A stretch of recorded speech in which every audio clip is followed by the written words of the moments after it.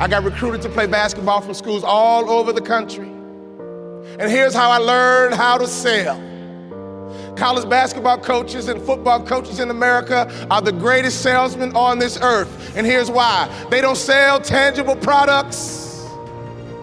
They sell hopes and dreams. Please, when you get back to your respective market, stop selling tangible products and start selling hopes and dreams.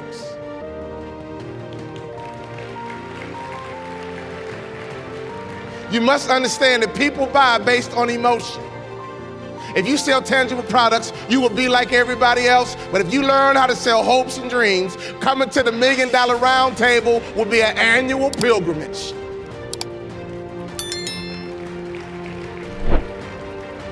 My doorbell rang and all these schools would come in and out of my living room. The funny thing about this, they all were good, but after a while they all looked alike, acted like, and sounded just alike. They all traveled in packs of threes. They all had on university-issued golf shirts. They all hopped out the same exact rental car. They came into my living room. They always put down a colorful brochure on the coffee table. They always had one Asian and one African American on the cover of the brochure.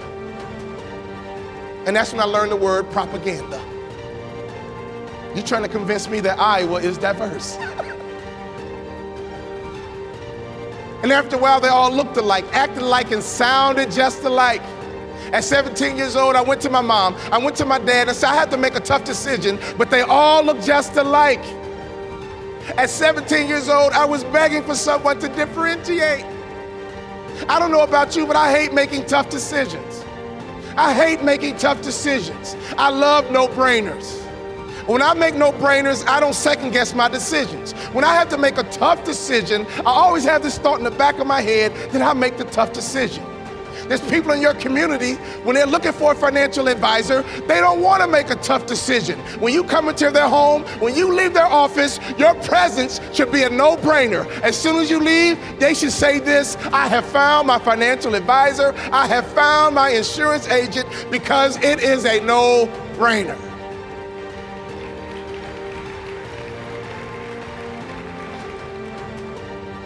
One day my luck changed. The doorbell rang, and there was a man standing at my door named Clem Haskins from the University of Minnesota. He did not travel in a pack of three. He did not have on a university-issued golf shirt. He came into my house, three-piece suit, fresh haircut, looked like success, looked like money.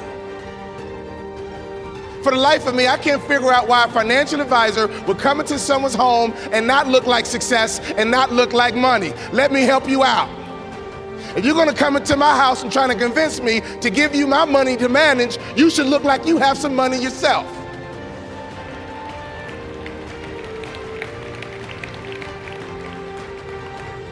Coach Haskins came into my living room, three-piece suit, looked like success, looked like money, and walked into my house with confidence. He saw me on the couch, did not acknowledge my presence. He went in the kitchen, started talking to my mom first. He found out my mother is a native of Kentucky. Coach Haskins is a native of Kentucky. He stood in that kitchen, and all he talked about was Kentucky.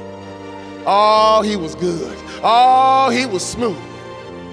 He found out my mother was a native of Kentucky. All he talked about was red dirt and bluegrass. He found out my mother's best friend in college was his wife's first cousin. In 30 minutes, he had my mom beating at the palm of his hands and never talked about anything technical.